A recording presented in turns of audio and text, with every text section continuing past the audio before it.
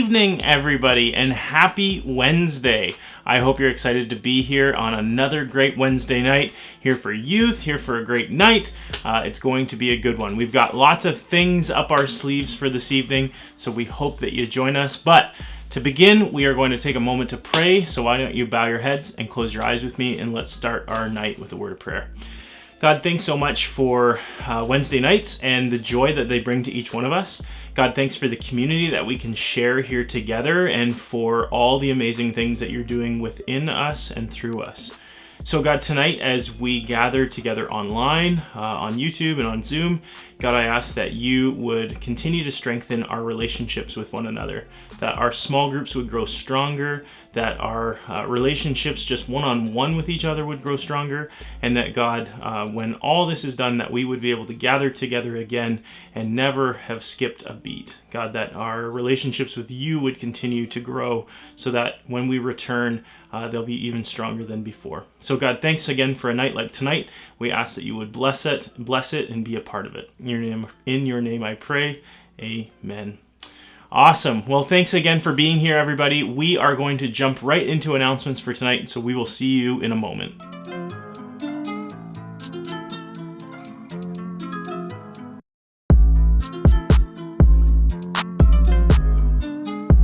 And welcome back, everybody. So in terms of announcements, we don't have a ton that's different coming up this coming week. I did want to highlight two different things for you tonight, though. Number one, coming up this weekend, we continue our teaching series titled In My Opinion in our junior high Sunday morning program. That gets posted to the North Park Fanshawe YouTube page, and basically it's a way for you to be a part of what we were doing with Jared on Sunday mornings during the 9 a.m. service for our junior high program back in the good old days. So we've been going through a teaching series. You kind of hear a little bit from Jared at the beginning of the morning, and then you hear from me at the end of the morning with some updates on the coming week.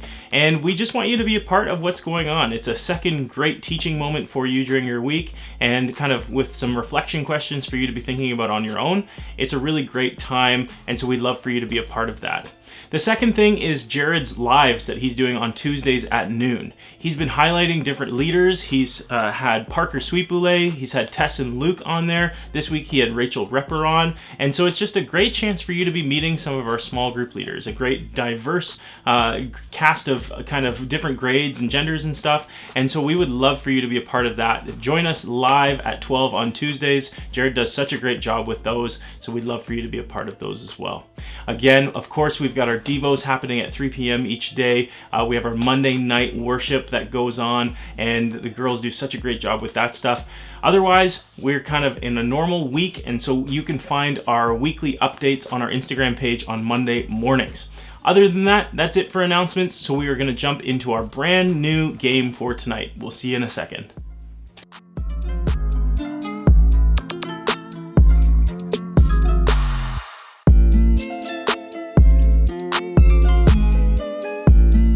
All right, and welcome to our game portion of this evening.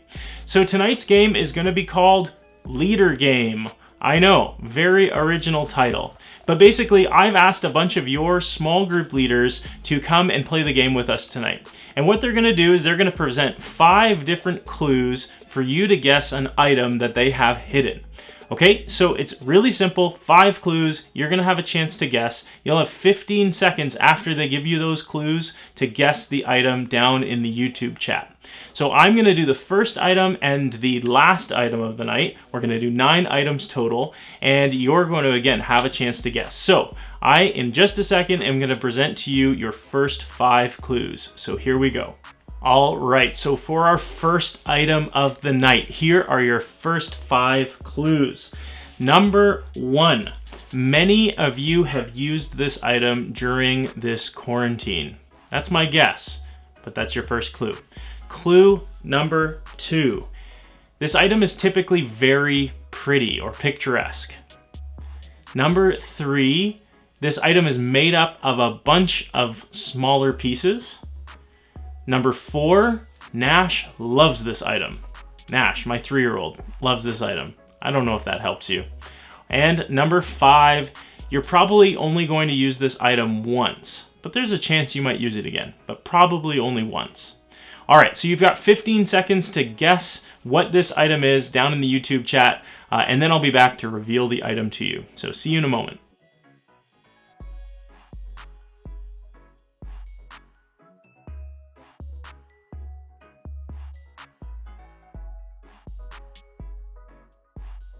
All right, so you're ready to find out what item number 1 is?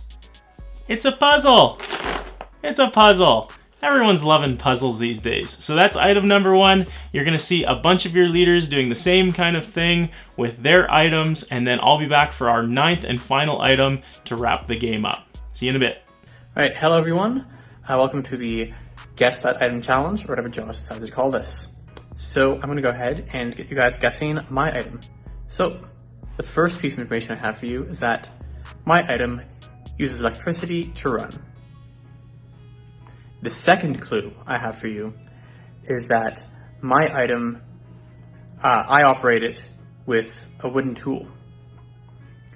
The third clue I have for my item is that my item is actually comprised of several smaller items, and most of these items are in the shape of circles. My fourth clue is that I use this item in the church sometimes. And the last clue for this item is that I use this item to make music.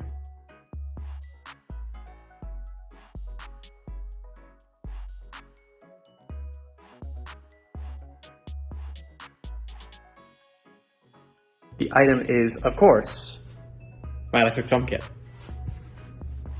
Hi guys! Okay, my 5 clues are the following. Number 1, I use this item almost every day. Number 2, my item is white, but it can really be a number of colors. I've seen a variety of colors. Number 3, I would say probably most people own this item. Number 4, it has to plug in to be useful. And number 5, you could use it while working out, while cooking, while doing laundry, while going for a walk. Really, most of the time you could use it, but definitely not when you're driving, and it'd be pretty rude to use it while you're in a conversation with someone. So you have 15 seconds to guess what it is. Good luck.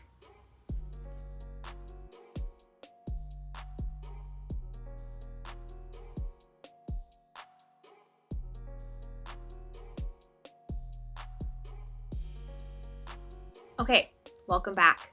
You ready for the big reveal? Here we go. Mine are tangled. Earbuds! Hey everyone, so I got an object here with me. It's right at my feet. And I got 5 clues for you guys to be able to guess it. Good luck. Clue number 1. This object can entertain anyone from an infant to a grown adult. Give you a few seconds. That one, good luck trying to get on that one. Clue number 2. It's terrible to play with in the wind. Some of your heads are starting to spin, brains, minds, thoughts. Clue number 3, you might get it on this one.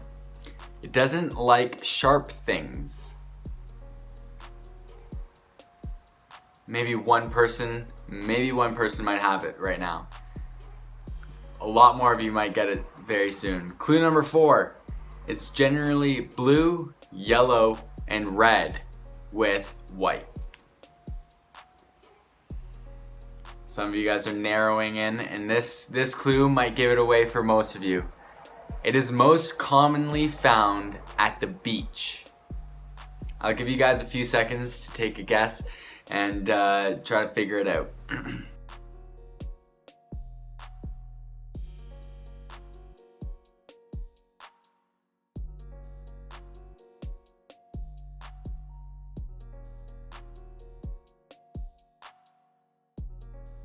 The answer is, it's a beach ball. Good luck with the rest of them, guys. Alright, so the 5 points I'm gonna give you for my object. The first one is, it's one specific shape. The second point, mine is colorful. The third point, you can easily take it apart. The fourth point, it's kind of bouncy.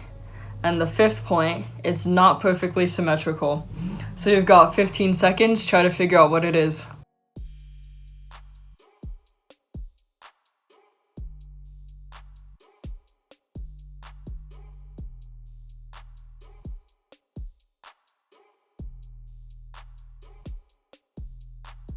Alright.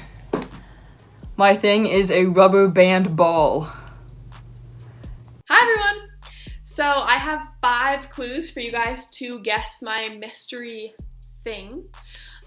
So my first clue is that I have had this thing for almost 10 years now. My second clue is that this thing makes me feel safe, even though realistically it wouldn't do much to protect me in a bad situation. My clue number 3 is that this thing keeps my floors clean. Clue number 4 is that I know many of you have one of these things, or maybe more than one of these things, but lots of people don't have one.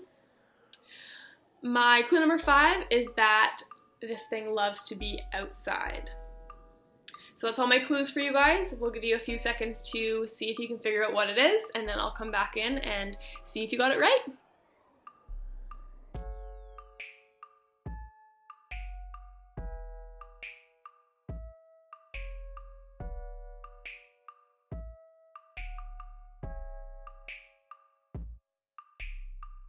Okay, time to find out if you guys got it right. So, if you guessed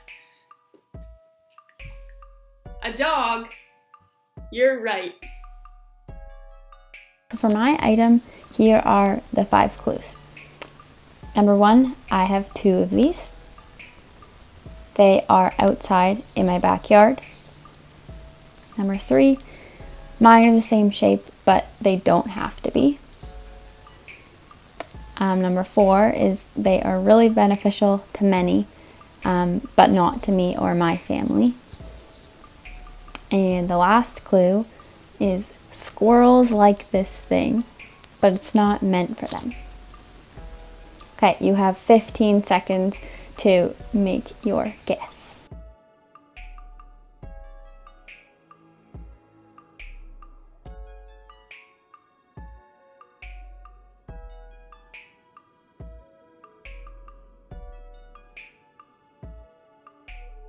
So, this item was a bird feeder. Hopefully some of you got that.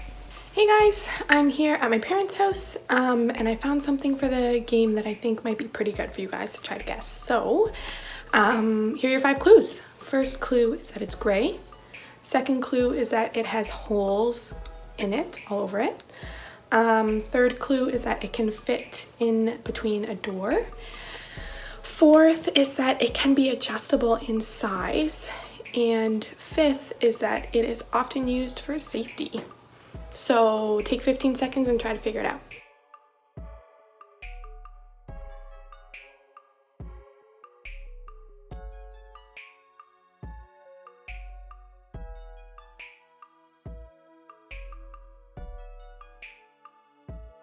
Okay, if you guys were able to figure it out, that's awesome. If not, I'll show you. It is, where is it? There we go. A baby gate. Yeah. My parents use it for my nephew, but they also use it for the dogs. So have a good night, guys. All right, and here is your 9th and final item. 5 clues. First clue.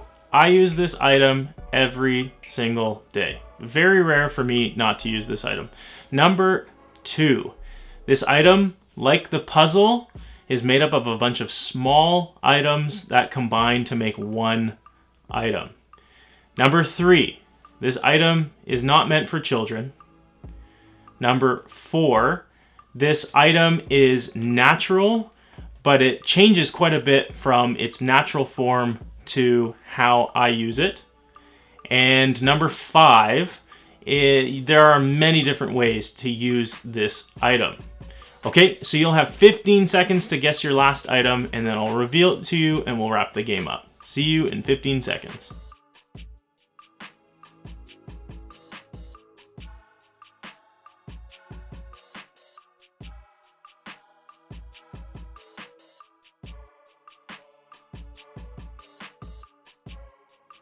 All right, so you're ready for number 9. Let's find out how you did. The item is coffee. Oh, I love me some coffee. Smells so good. Did you guess it? I use it every day. A lot of you know that. Hopefully you did well. Tell us how you did. 9 out of 9 maybe, many of you. Maybe less than that. Tell us in the YouTube chat. Thanks again for playing this game. You'll have like kind of 15 seconds or so to wrap the game up before we get into worship. But thank you again for playing. Thank you again to our volunteers and our small group leaders for being a part of this. I hope you enjoyed seeing their faces. But again, I'll give you 15 seconds to kind of let us know how you did in the chat, and then we'll get right into worship with Hannah and Olivia. So thanks again for playing.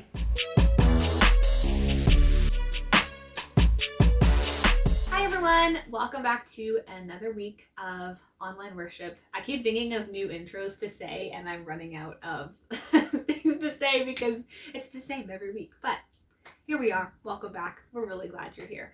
We're going to do a bit of worship before we jump in to, I think Josh is speaking this week on Philippians 2, if I'm correct. So we're going to sing some songs before we jump into that. So feel free to pause the video if you'd like and go grab your instrument. The songs and keys will be posted in the description below, so if you want to check those out or pull up some lyrics so you can sing along, feel free to go do that now. But join us. Otherwise, join us in singing, please. No, seriously, I know it can feel dumb to like sing from your own home. Sometimes I don't like to do it in the main, like when on Sunday mornings when the video is playing, but you don't have to sing. It can be just like contemplating the words while we're singing, or if you'd like to sing along, if you know a harmony line and would like to sing along with us, please fancy. do. We just really invite you to participate in worship with us because we're worshiping here. It's like singing along to the radio. Yeah, or exactly. YouTube. Exactly. Except it's us. Or Spotify. Your favorite Smith sisters. Anyways, so feel free to participate along with us.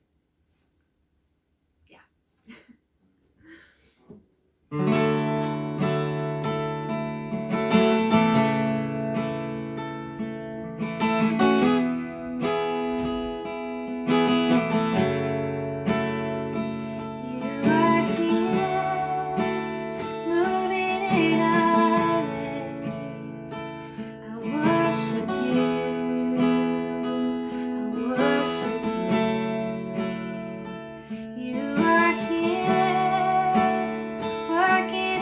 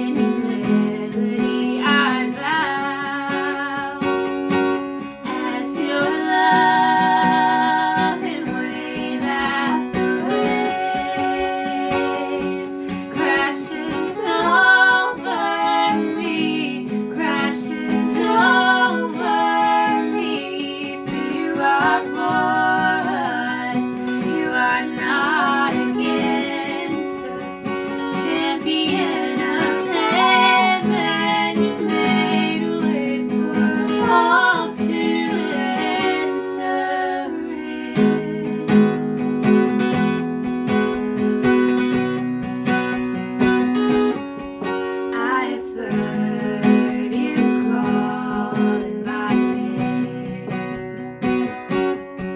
I've heard the song of love that you sing. Oh, so I will let you draw me out beyond the shore into your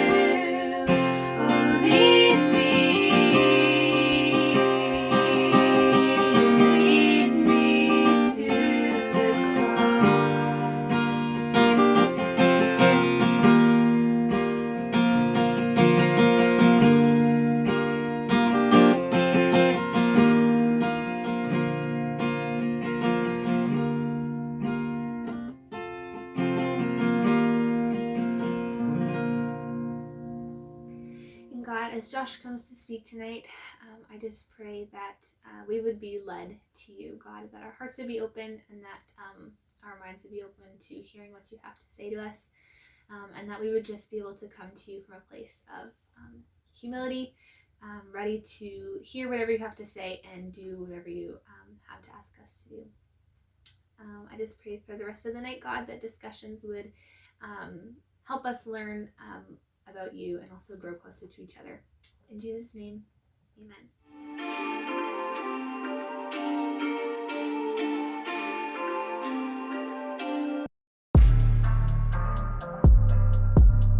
Hey everybody, welcome to another week of Youth Online. Thanks for joining us on YouTube again tonight. Just a quick reminder as we jump into things here, pull up the chat window and follow along, because even though the conversation we're having right now may not be live, the conversation that's happening in the chat is just as important, and I'm going to be asking some questions and facilitating some feedback. So keep tracking with us in that chat window, and let's get going.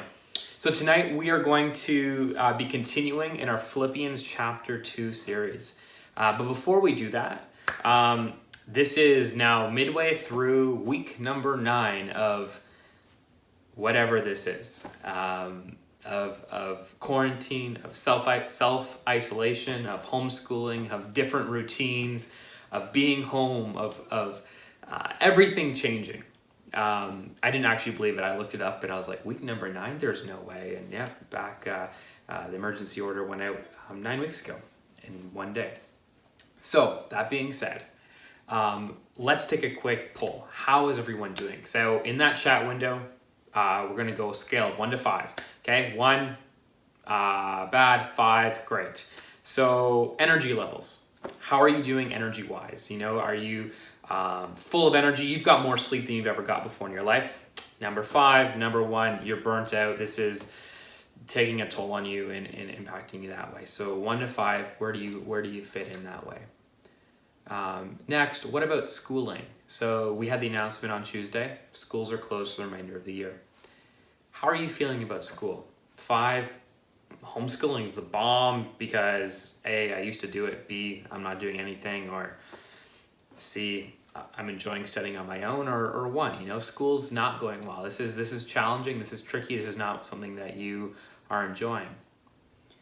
So 1 to 5 there. Finally, where do you sit with family? How's it going? We're 9 weeks ago, our routines were thrown completely out the window. We're now stuck with people, probably our family, for better or for worse. There's no hiding from each other with busy routines or sleepovers with friends or any of those activities, school, etc.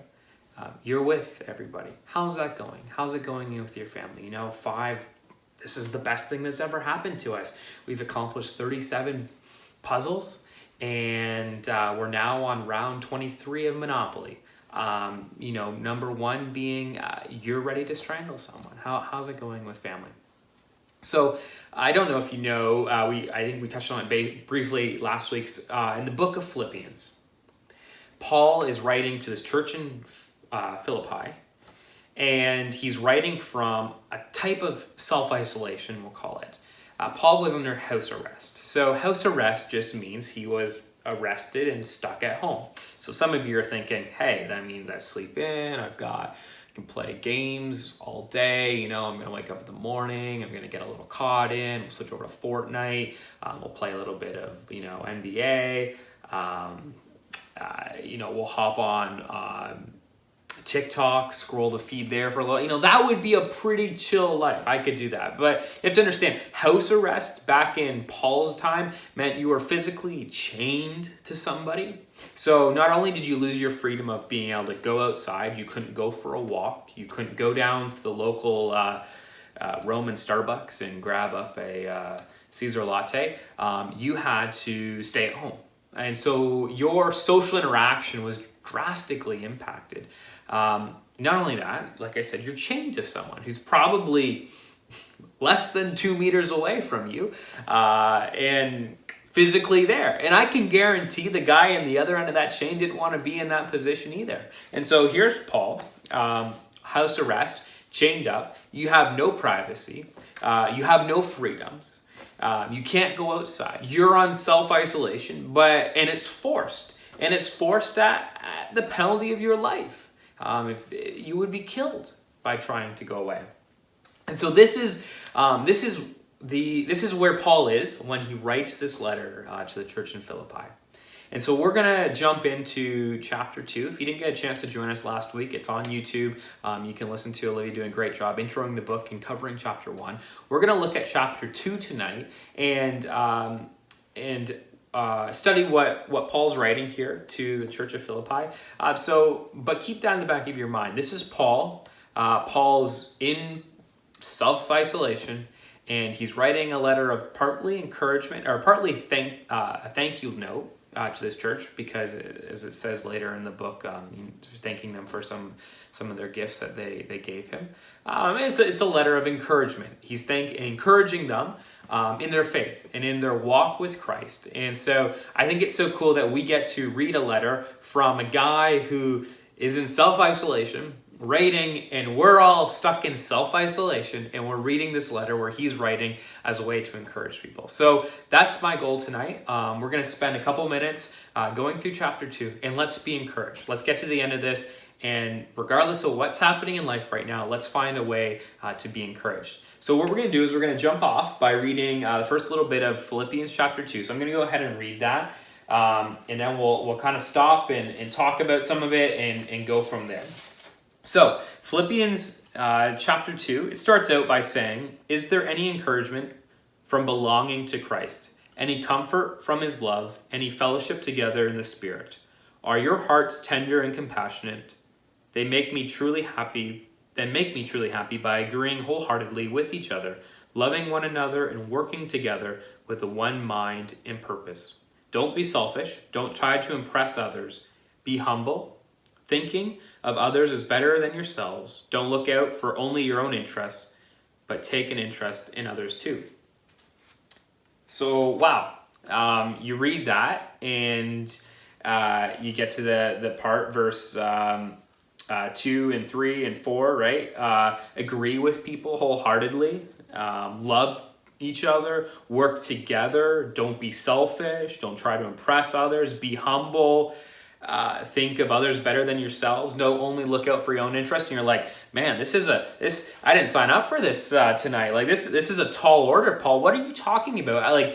Paul, you're not in self-isolation with my family. Do you know what it's like to live with my brothers and my sisters? Do you realize what it's like, life with these people? Do you know what it's like living with my mom or my dad or this step person or this parental unit in my life? Do you understand it's not easy for me I can't get along with my brother. He's always wrong. Simple. I can't get along with my sister. They're always wrong. How can I get along with someone who's always wrong, right? But Paul's writing from this state of self-isolation to us right now. We're all quarantined, self-isolated, and we're stuck with the people we're stuck with. And he's writing and encouraging us and saying, look, make me happy by agreeing wholeheartedly with each other, loving one another, working together. Don't be selfish, not impressing others, right? And this idea of humility. So you say, well, Paul, you don't understand. How am I supposed to do that? It's impossible. How am I supposed to do that? And I think the answer comes so well in verse 5. Paul says, you must have the same attitude that Christ Jesus had. That's it. Now, if that was easy, done. Sermon over, I can leave. I don't have to videotape anymore, but let's dig into this a little bit. What does it mean to have the same attitude that Christ Jesus had? And I think this is one of the important parts that Paul's really trying to drive home to this church. He's saying, look, life can be full of unexpecteds. One day we're all living our lives normally. You're planning your March break. The next day, everything's shut down, and you can't go to the mall. You can't go to the movies. You can't hang out with friends. You're stuck at home. You can't go to school.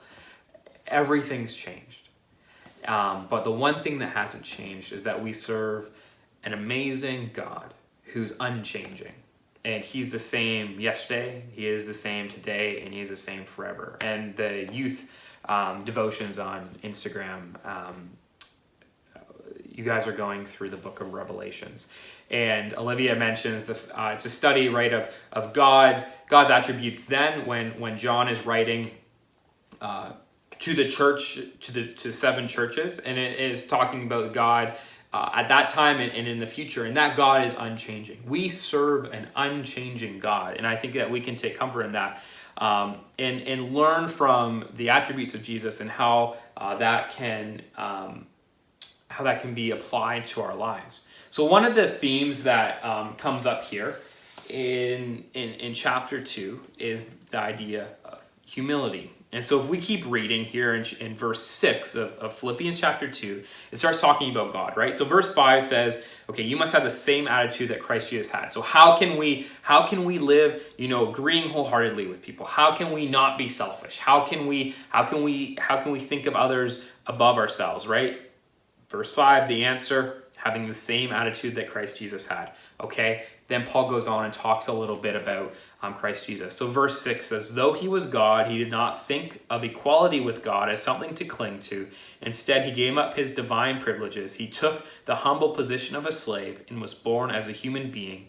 When he appeared in human form, he humbled himself in obedience to God, and he died a criminal's death on the cross.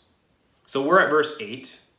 So 8 verses, and the word humility or humble's been in there 3 times, and the themes of humility have been in there even more times. So I think that's the point that Paul is driving home is when it comes to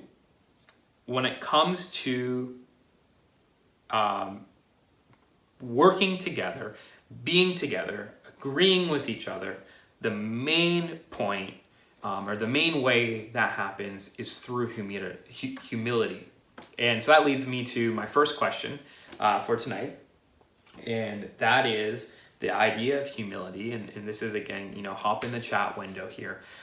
It's a 2-part question, so we'll give you a little bit of time to answer this. How would you define humility? So what is your definition of humility? And then who is somebody, thinking, this can be someone in your life now, this can be someone involved in youth, someone from history. You can't use Jesus because that's just too easy. Who is somebody who you look at or think about as a humble person? In your mind, who is a humble person? So 2 parts. How would you define humility? What is humility to you? Who is someone that you know who or have read about who would be a humble person, someone that you can maybe look up to? So here's a few minutes. Those are the 2 questions. What is humility, and who is a humble person that you know?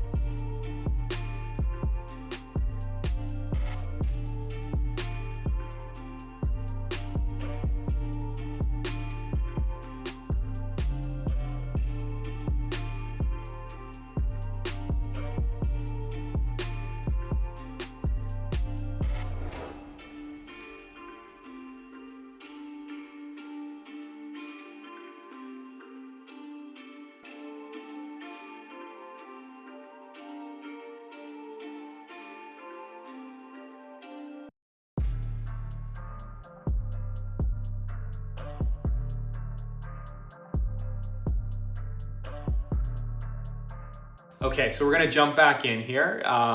Great answers there in the chat. So the first part of this book, the first part of this chapter, right? We're talking about working together. Thinking of other people, agreeing. And I was listening to a sermon the other day on anger. It was actually on the book of James.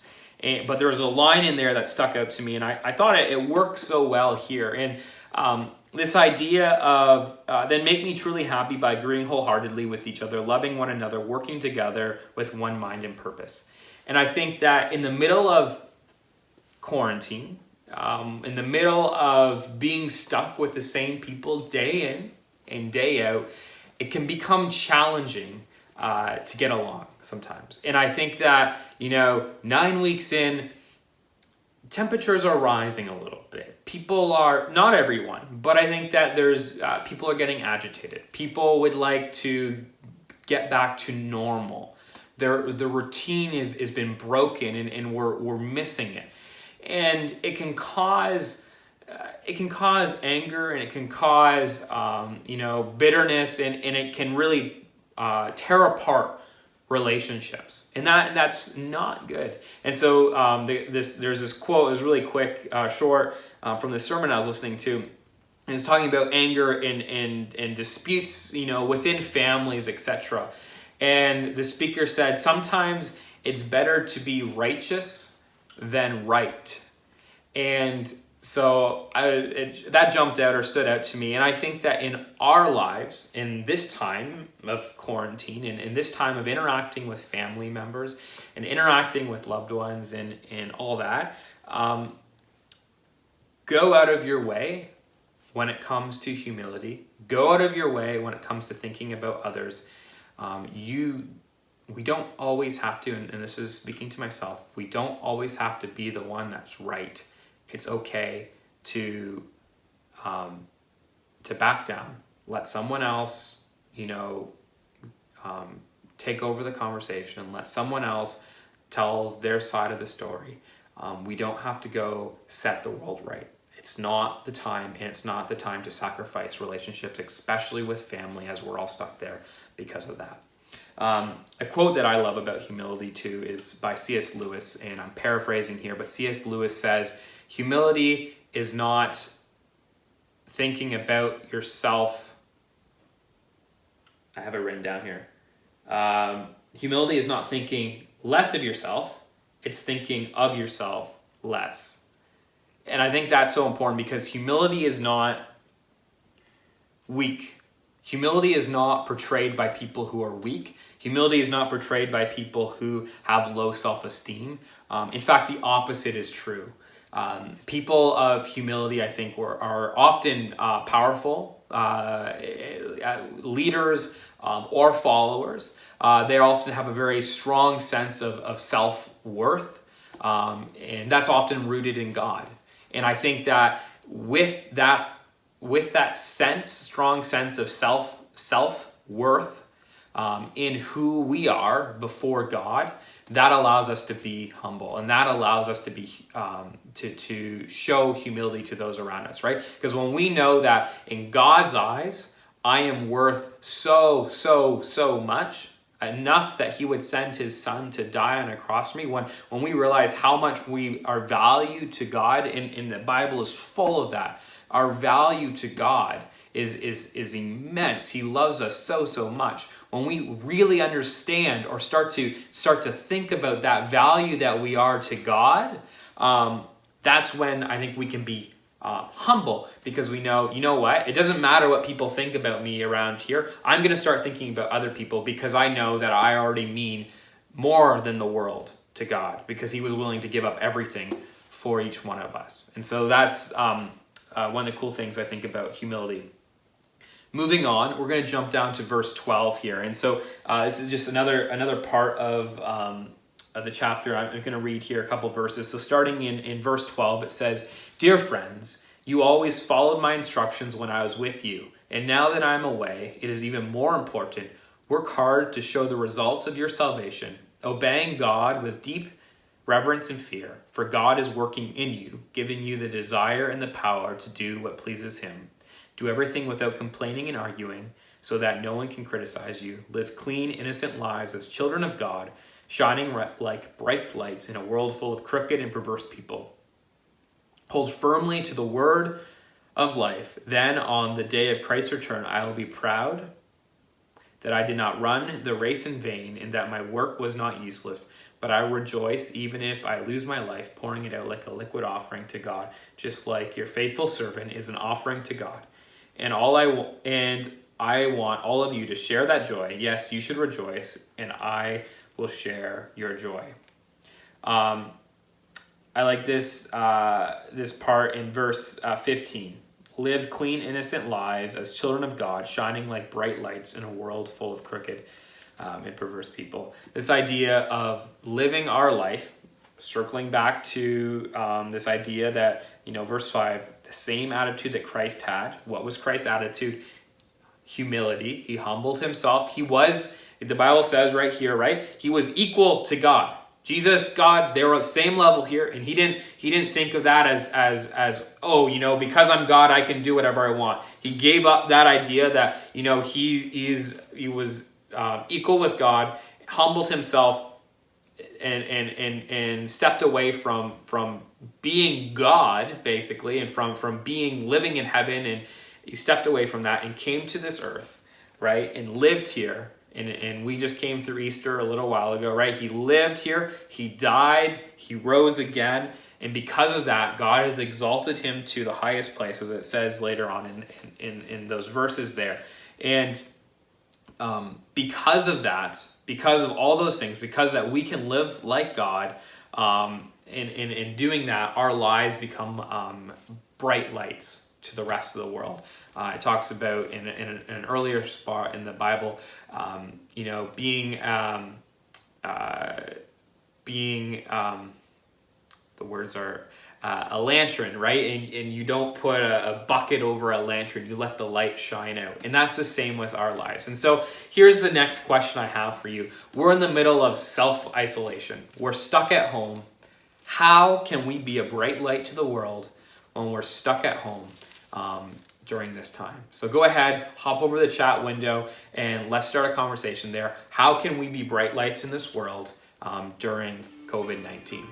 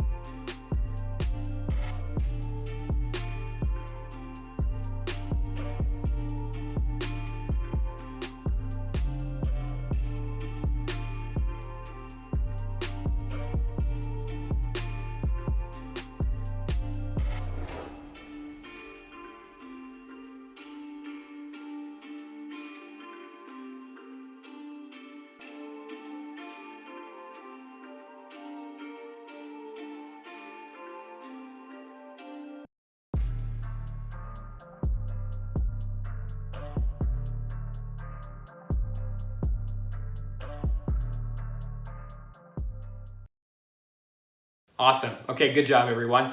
So we're going to quickly wrap this up here, chapter 2. And sorry, I'm flying through this chapter. If you have more questions about the book of Philippians, talk to us, the leaders. Shoot us some notes. We'd love to go into more depth with it. I love how Paul finishes off 2 sections here, talking about 2 people, Timothy and Epaphroditus. And both of these people, Paul uses an example as a life of service. So he talks about various things and how he wants to send them to them. Epaphroditus almost died. He was sick, but then he didn't die. And he's from the church of Philippi, so he's going to send him back. And Timothy, how Timothy's like a son to him and helps him and everything. And both of these people, though, lived a life of service. They lived out everything Paul's talking about right here. They were humble. They thought of other people above themselves. They worked with people. They're willing to get in there, get when life was messy, and teamwork in there, right? And they had the same attitude that Christ had. And so Paul's saying, look, these 2 people, these 2 people are doing everything I'm talking about right now, and I'm going to try to send them your way as encouragement and examples to you. And so in this time of isolation, I'm not sure how much longer it's going to last, but here's what I want to leave you with and encourage you with, okay? Humility is so, so powerful. Paul talks about it so much, and he uses the example of Christ. Jesus was was the most humble person to walk, but Jesus wasn't someone who was weak. That mentality. Humility is not weakness, okay? And so during this time of COVID, let's not look back on COVID-19 or the year 2020 here, let's say 10 years from now, we're 2030. Let's not look back 10 years ago and say, man, that's the year when I missed this sports. That's the year when I missed my graduation. That's the year when I did nothing for 9 weeks. That's the year when that summer was just awful. Let's look back and say 2020 was the year that I really learned what it was like to be like Christ. I really learned what it was like to be humble. I really learned during that time what humility looked like. And so heading into your small groups here in a moment, some things I want you to take away is we're called to be like Christ. We are called to have the same attitude that Christ had, okay? So that's challenge number 1. We're going to have the same attitude that Christ had. What does that mean, and how can you have that attitude going into the weeks? And 2, just like Paul ended up here with 2 people, Timothy, Epaphroditus, these people, they're serving, they're out there, they're working. Here's 2 great examples in your life. Who are some people that you can look at and say, look, these people, I want to be like these people. I don't want to be another copy of Josh Black. I don't want to be another exact copy of Olivia Smith. The world can't have more than one Olivia. That's just too much for us, right? Or too many Joshes. We can only have one Josh. Josh is too amazing. If there's 2 Joshes, it would just be too much amazingness in the world and it wouldn't work out. But you can look at those people and say, look, how can I see how they're humble. I see how they're serving people. I want to be like those people. And so those are the goals, okay? During this time, let's have an attitude like Christ. Let's focus on Jesus. How do we do that? Getting into the Bible, coming to youth, hopping on Devos, worshiping, getting to know Jesus more and more. How do you become like someone? Get to know them. Then you find people that are humble. How do you get to know them and how do you become more like them? Get to know those people, and that's so you become more like them. So I'm going to leave you guys with that. Find someone, look them up, become like them, have the attitude of Christ, and finally be the light, okay? It's challenging times. We're in the middle of a pandemic. You can't go outside in the same ways that you could before, but let's be the light through this and know that we're going to come together on the other side even stronger. So thanks for joining us for another week of Youth Online. We're excited to have you here, and I'm going to turn it back over to probably Josh, but we'll find out. Thanks.